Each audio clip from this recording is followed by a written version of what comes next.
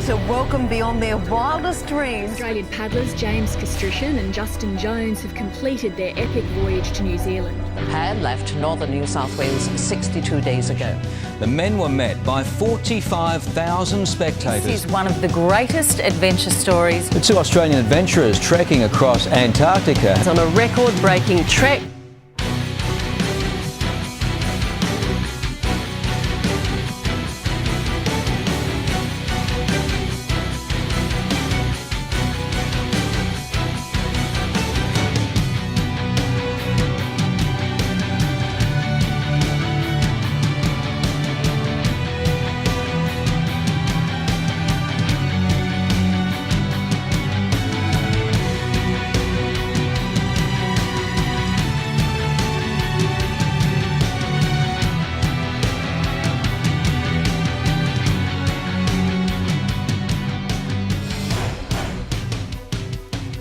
Cass and Jonesy are now sharing their adventures and the lessons they have learnt in corporate and public motivational presentations around the world.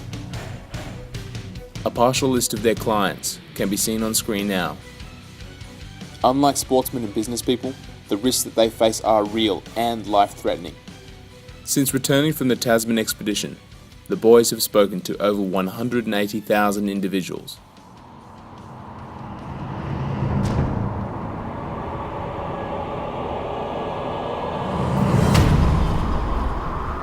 Well, the place is Antarctica. The coldest, windiest, most inhospitable place on Earth. And just a few months ago, Jonesy and I found ourselves undertaking the longest unsupported polar expedition of all time. The plan was to ski from the coast of Antarctica to the South Pole and back, completely unsupported. All the food, the provisions, everything we needed were in those two little yellow sleds behind us. When we started out from the coast, I weighing about 160 kilos. So try and imagine pushing kitchen fridge over, filling it full of beer and trying to pull that through the snow for 3 months. It was going to be by far the toughest expedition we've ever undertaken. Does anyone here actually think that sounds like fun? Does anyone think that sounds like fun? Put your hands up, please. Because we're recruiting for another expedition right now. But actually, if you came up to James and myself 15 years ago, you would have got pretty much a similar response. I mean, to put it simply, James and I weren't very impressive. This photo is us in year 12, and I'm the first to admit we weren't the best looking blokes out there. In fact, we were probably carrying about an extra 25 kilos to what we're carrying about now, and we were two pretty confused, unhappy blokes. I mean, there was all these people around us just telling us what to do, saying, guys, study these subjects at school, do this university degree, and then you're going to be set for the rest of your lives. We thought, hang on a second. We're the ones that are actually living this life, so why can't we do the things that we enjoy? And that's the outdoors, is the kayaking, the canyoning, the bushwalking. We learned the most valuable lesson adventures ever taught us. These trips, 99% planning and only 1% in the execution.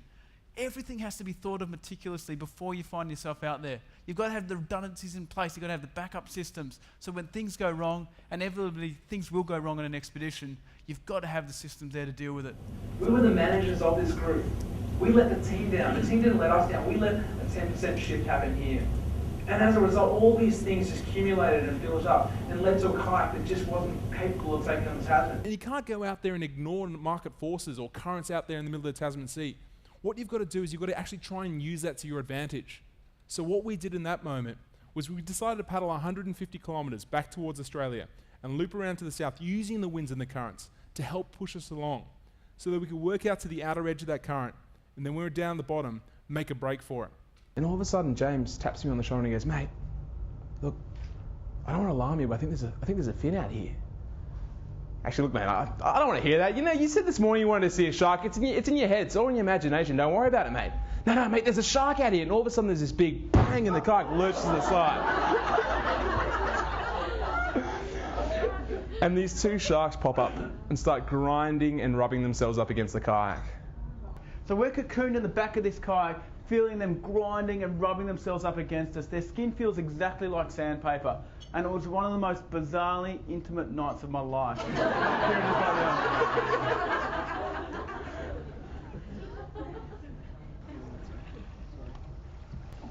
He likes the torch, eh?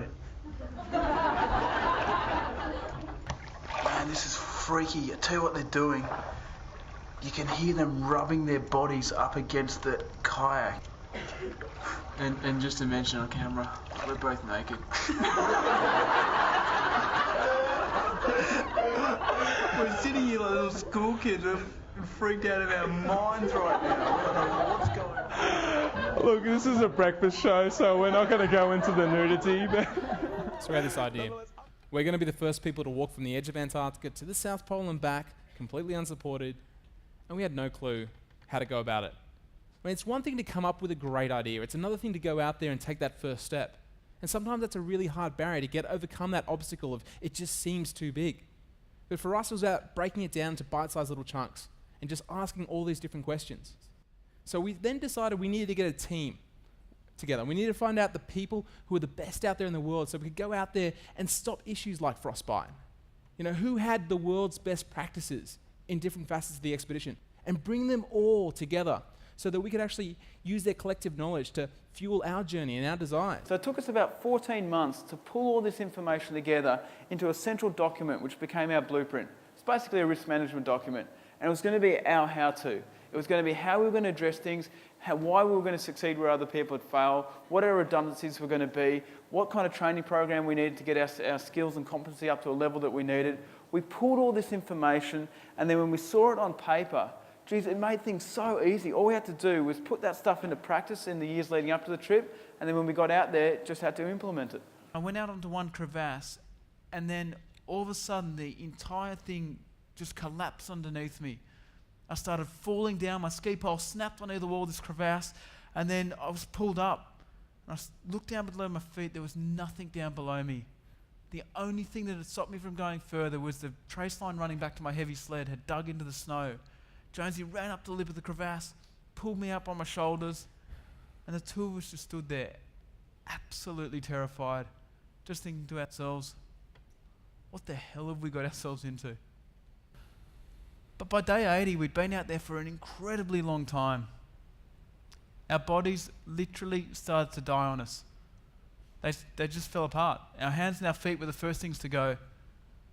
We lost feeling in the lower 2/3 of our fingers, so every little task from trying to do up a jacket zip to setting up the tent was infinitely more difficult. You know, too often with adventure, too often with life or our careers or business or whatever you want to call it, we make things competitive. We try and beat one another, we try and get our foot in the door first, we try and get that little edge on everyone else. But often a much higher level of self-fulfillment can be reached when you experience life together, when you share the victories with other people. We had this incredible dream to do the unsupported return journey. Initially when we dreamt it up, it was impossible.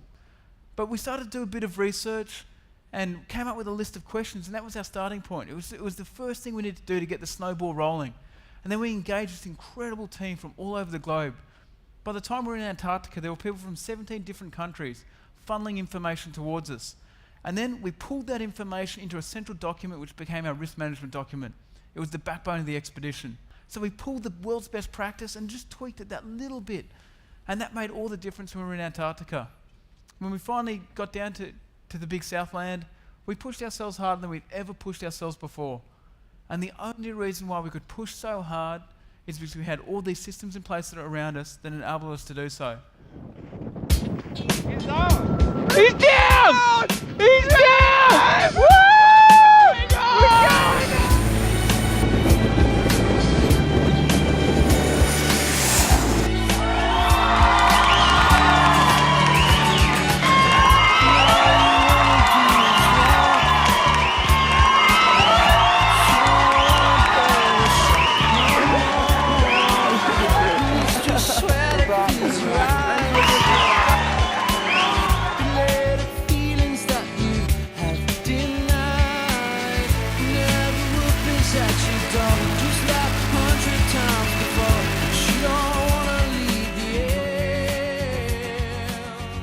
Cass and Jonesy look forward to working with you on your next event.